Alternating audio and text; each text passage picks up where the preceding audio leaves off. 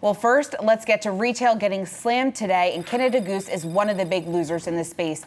Shares plunging after its fiscal fourth quarter revenue missed expectations, and the company also warned of slowing future sales. You can see the stock down just around 27% so far today. Emily McCormick is following the story. And Emily, I mean, after parsing through the numbers, taking a look at this report, the reaction that we're seeing in the stock today, is this largely because of the guidance that was given?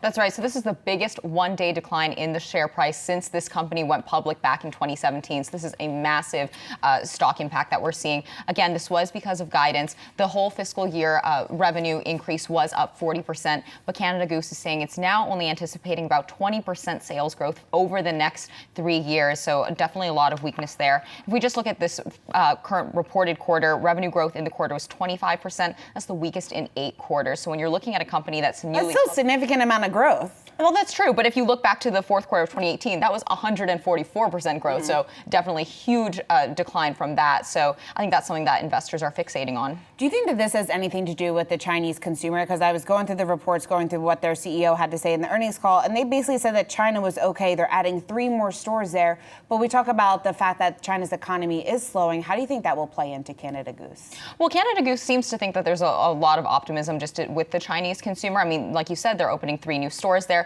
They said that when they opened their flagship in Beijing this past year, that was going very smoothly, and that's where they're deriving a lot of their revenue. I mean, they did see double-digit growth in every geographic region they tracked, and outside of North America, that was up 60.5%. So we don't know exactly what that breakout was for China specifically, but that did eclipse Canada and the United States sales growth. Emily, I also want to get your take on what's going on with Abercrombie and Fitch today. They're just another retailer here that's under a little bit of pressure.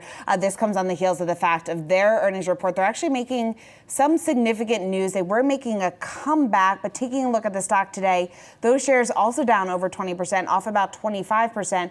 Maybe their turnaround strategy just simply isn't working. Well, I think the interesting story here is the fact that Hollister was supposed to be a major part of the turnaround for Abercrombie and Fitch, and this was the laggard brand here. So comparable same-store sales for that were up 2%. That was versus 3.4% expected.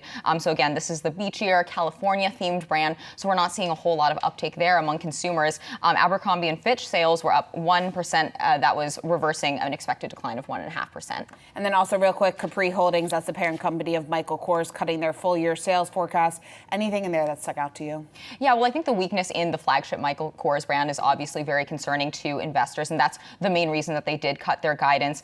The CEO actually said that this is going to be an investment year for the company. I mean, they acquired the fashion labels Versace for $2.2 billion and then Jimmy Choo for $1.2 billion. Those are both in the past 2 years, so they are hoping to see that revenue for those brands increase over the next couple of years. Yeah, that stock under a lot of pressure today. Really, we're seeing losses across the retail board. Emily, thank you.